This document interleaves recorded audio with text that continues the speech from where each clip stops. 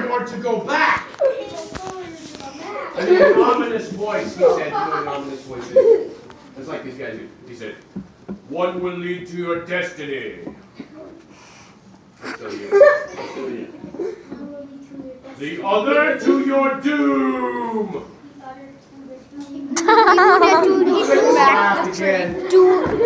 He said, you're not afraid of doom. The old man stopped riding around and said, you should be.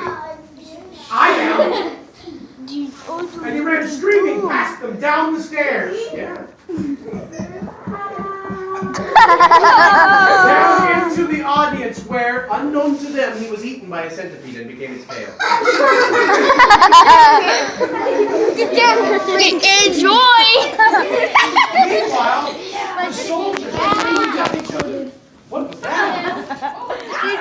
But they would remember what the old man said. You must go forward or go back. One will lead to your destiny, the other to your doom. So and as they did, the captain stopped them. He looked up ahead and they could hardly see the bridge. It was covered in mist. He said, there's only room for one on that bridge. That's what he said. He said, I'm the bravest. I will check it out and I'll come back. So they bowed to him. They said, "Hike, senpai." Hike, senpai. He was like, "Yes, sir."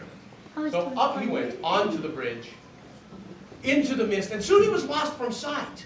But there, suddenly, in front of him, standing as tall as he was, was a ferocious dragon. He looked into the eyes of this beast. This is an in-your-face kind of dragon. And you remember what the old man said.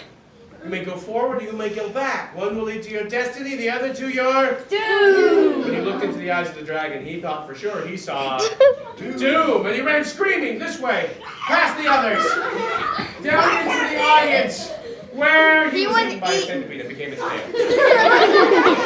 Enjoy!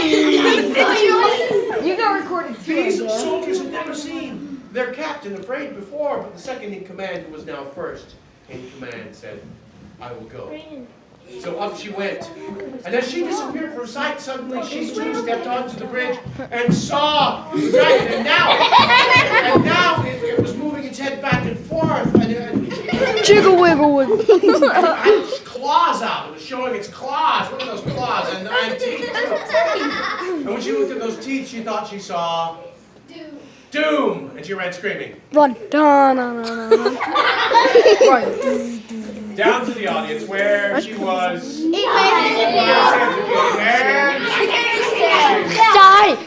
Let me just say that can't happen anymore. And here's why. That's the face. You're just like the pancreas. Please don't grab anybody. That left the third in command actually in command. For the first time ever, she was so excited. She said, you have to do what I say. You have to do what I say. Nanny, nanny, boo, boo. She said, I'm going, you stay here. I'm going, you stay here. And he bowed and said, hike, senpai. Hike, senpai. And so off she went. Soon was lost from sight. But now when she stepped onto the bridge, the dragon really began moving. Wagging on his don't actually look at their faces. No, she didn't attack. She didn't. But she could smell the dragon's breath. Oh, it was dragon breath. It was awful. She remembered what the old man said. You may go forward or you may go back. One will lead to your, the other to your doom. She saw doom. She ran screaming. Run. Down into the audience where You got dead. he gave his tail. Now the thing is, this guy didn't have to go on the bridge. He was finally in command. But truthfully, he was in command of what he had been in command of all along. The only thing we are all truly in command of. Ourselves. And he knew that if he didn't go forward and find out what was on that bridge, he would never be able to live with himself. He had no idea what would happen if he went down the stairs, but he knew what would happen if he didn't go there. So away he went, for now, forward, onto the bridge. Where immediately he too met this ferocious beast. And it was even worse. The claws were going, and the teeth, and this time it was showing its stinky feet. And it was awful. And he remembered what the old man said. You may go, or you may go back. One will lead to your destiny, the other to your doom. But he alone of all the others looked into the face of this dragon and thought he saw destiny. Now this is the point in the stories where you would expect, if this were on television, for him to pull out his weapon, right? Yeah. And there would be a smackdown of some sort. And if not a sword or something, then it would at least be like martial arts moves. Sure about that? The thing is, he was even braver than that. Instead, he gently put his hand on top of the head of the dragon and said, "This is your bridge. May I pass?" And the dragon did not say no. The dragon lowered her head. She lowered her head farther, down to the bridge. And as the dragon skin fell away, he was left standing face to face with the most beautiful princess he had ever seen.